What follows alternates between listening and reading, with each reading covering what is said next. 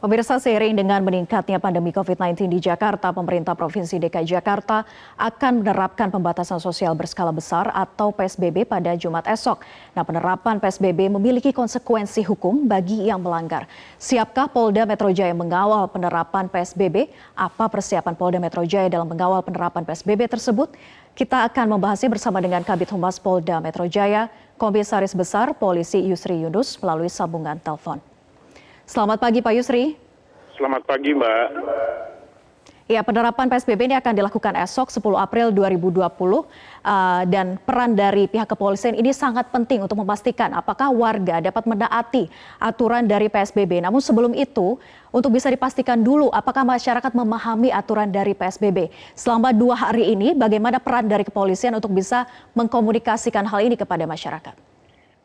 Terima kasih. Selamat pagi. Memang pembatasan sosial berskala besar kan sudah diberlakukan ya, sesuai dengan peraturan Kemenkes kemarin di daerah DKI Jakarta, dan hasil rapat koordinasi kemarin bersama Gubernur ini menyatakan bahwa memutuskan bahwa tanggal 10 atau Jumat besok ini adalah diberlakukan di daerah DKI Jakarta. Beberapa pembatasan-pembatasan yang ada di 7 poin pembatasan yang ada, termasuk salah satu adalah pembatasan berkumpul di tempat umum.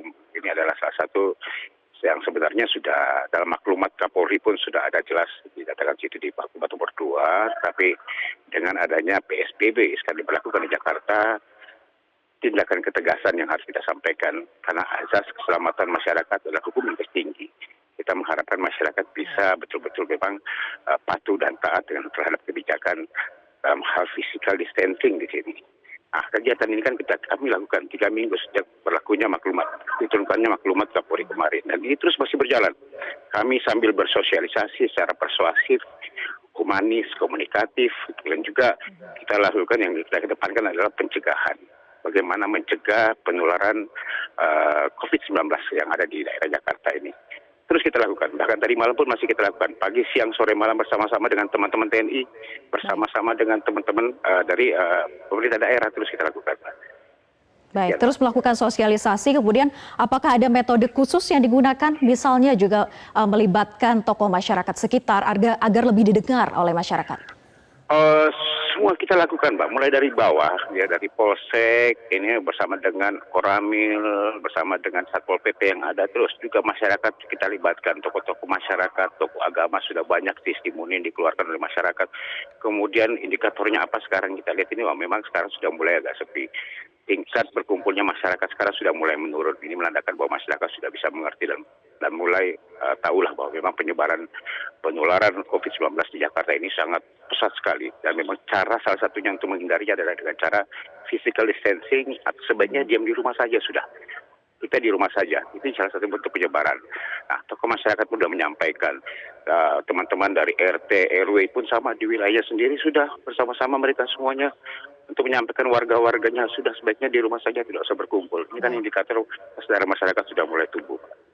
Baik, sebetulnya sudah selama kurang lebih 3 minggu ini kita menjalankan social distancing dan juga physical distancing begitu. Nah, apakah ada keluhan juga di tengah masyarakat dengan berbagai macam istilah, kemudian datang lagi PSBB? Sebenarnya tidak lah ya, karena kita kan sosialisasinya terus kita sampaikan, Babin Kaptipmas, Babinsa juga turun, dari teman-teman dari Satpol PP juga turun menyampaikan. Kemudian memang dengan diberlakunya PSBB ini juga masyarakat sudah mengerti bahwa memang petugas turun ke lapangan adalah untuk menyelamatkan masyarakatnya sendiri, dan harapan itu memang kita memang mengharapkan seperti itu, kesadaran masyarakat yang terus kita tumbuhkan. Kita tidak akan pernah berhenti, Mbak, untuk bisa menyampaikan kepada masyarakat pembatasan physical distancing ini adalah jalan yang paling bagus untuk bisa memutus mata rantai COVID-19 ini, Mbak. Baik, dan yang bisa memutus mata rantai penyebaran ini adalah masyarakat sendiri, perannya untuk bisa disiplin begitu. Lalu bagaimana jika ini sifatnya hanya himbauan, bukan larangan, Pak? Iya kan, memang besok diberlakukan. Sementara sekarang ini kan sedang diatur peraturan gubernur, bagaimana teknis di lapangannya lagi seperti apa supaya bisa mempertegas lagi kepada masyarakat, supaya masyarakat lebih bisa mengerti. Makanya 2 hari ini kan sambil membahas bagaimana peraturan gubernurnya, mudah-mudahan hari ini turun. Kemudian kami juga bersama-sama dengan TNI dan juga pemerintah daerah mensosialisasikan pembatasan seperti ini terus, pembatasan masalah berkumpul melarang untuk berkumpul, sama dengan maklumat yang sudah diturunkan sebenarnya, cuma ini lebih ketegasan lagi. Jalan terakhir adalah kita gunakan adalah penegakan hukum yang ada. Itu adalah jalan terakhir. Yang kami kedepankan di sini adalah preventif, pencegahan. Preventif, himbauan secara humanis, kemudian preventif kita patroli terus. Kami tidak akan pernah berhenti, Pak. Pagi, siang, sore, malam, setiap ada masyarakat yang berkumpul lebih dari 5 orang, kami bubarkan. Kenapa harus sudah dengan kondisi 5 orang? Karena kumpulan kecil ini bisa menjadikan kumpulan yang banyak. Kalau nggak cepat, segera kita langsung bertindak untuk kita sampaikan atau kita bubarkan sekalipun. Baik, sejauh ini tidak ada yang melawan ya Pak saat dibubarkan? Alhamdulillah masyarakat sudah mulai sadar ya. Mulai sadar bahwa memang petugas ini bukan untuk apa, petugas ini kan untuk kebaikan masyarakat juga. Walaupun ada beberapa memang kendala di lapangan yang kita temukan.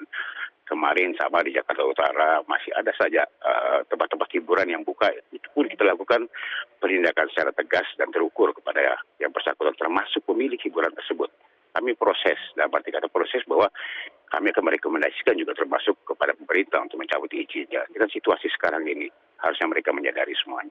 Baik. Sejak tanggal 7 April 2020 pada saat Gubernur DKI Jakarta Anies Baswedan menyatakan bahwa Jakarta akan melakukan PSBB pada tanggal 10 April 2020 mendatang, ini sudah terlihat ada koordinasi dengan Forkopimda termasuk di dalamnya adalah Polda Metro Jaya. Nah, apa hasil koordinasi yang dilakukan dengan Gubernur DKI Jakarta untuk persiapan penerapan PSBB mulai esok hari? Yang pertama kan memang kita putuskan ya, diputuskan oleh Ketua Gugus Tugas Pak Gubernur Pak Anies bahwa hari Jumat itu, saya bersama hari Jumat itu diberlakukan di Jakarta sini. Itu dilapatkan. Terus bagaimana teknis di lapangannya nanti, itulah yang akan dibahas selama 2 hari ini. Teknisnya berdasarkan aturan yang ada. Makanya sekarang ini akan dibahas masalah peraturan gubernur seperti apa. Kemudian petunjuk teknis di lapangan seperti apa. Contoh saja misalnya ini kan masalah pembatasan masyarakat berkumpul ya. Terus kemudian juga nanti ada pembatasan masalah moda transportasi juga masih dibahas semuanya nantinya. Mudah-mudahan hari ini peraturan bisa turun. Siapa berbuat apa, berapa kekuatan harus kita siapkan, seperti apa bentuknya di lapangan nanti. Ini terus yang kita tunggu hasil pembahasannya nih, Pak. Baik, akan ada mobilitas warga yang mana ada beberapa sektor industri yang masih diperbolehkan untuk beraktivitas para karyawannya, dan ini juga transportasi publik juga masih dibuka di wilayah Jabodetabek, masih ada yang keluar masuk Jakarta. Bagaimana koordinasi ini memastikan bahwa kepolisian daerah yang mana daerahnya belum melakukan PSBB ini juga bisa menunjang PSBB yang sudah dilakukan ataupun akan dilakukan oleh DKI Jakarta nanti? Koordinasi lintas provinsi kan sudah ada, Mbak, termasuk juga di Jakarta ini domainnya, termasuk yang penting kita pastikan bahwa tidak ada namanya penutupan atau penyekatan jalan yang untuk masuk dan keluar Jakarta itu tidak ada sama sekali. Yang ada adalah pembatasan. Kan ada dua pointer untuk moda transportasi, pembatasan orangnya dan pembatasan daripada barangnya sendiri. Nah, inilah yang sementara masih dibahas. Harus ada kekuatan hukumnya, harus ada peraturan gubernur seperti apa, anggota juga di lapangan supaya bisa bertindak seperti apa, karena perlu petunjuk teknisnya seperti apa. Ini sementara masih dibahas, makanya kita bilang kita tunggu saja nanti hasilnya seperti apa. Baik, secara teknis akan diatur bukan hanya sekedar himbauan, tapi juga bagaimana kepolisian bisa melakukan tindakan tegas berupa sanksi begitu ya Pak? Ya, termasuk di dalamnya seperti itu. Tindakan seperti apa sih yang diperlukan nanti? Ya, ini masih sementara saya bilang peraturan ini masih dibahas oleh teman-teman di Sub untuk moda transportasi ya, bersama-sama dengan instansi terkait, termasuk dalam hal ini adalah kepolisian Polda Metro Jaya atau di atas Polda Metro Jaya, Pak. Baik, kita tunggu nanti aturan jelasnya seperti apa. Terima kasih Kombes Pol Yusri Yunus sudah bergabung bersama kami di Metro Pagi Prime Time.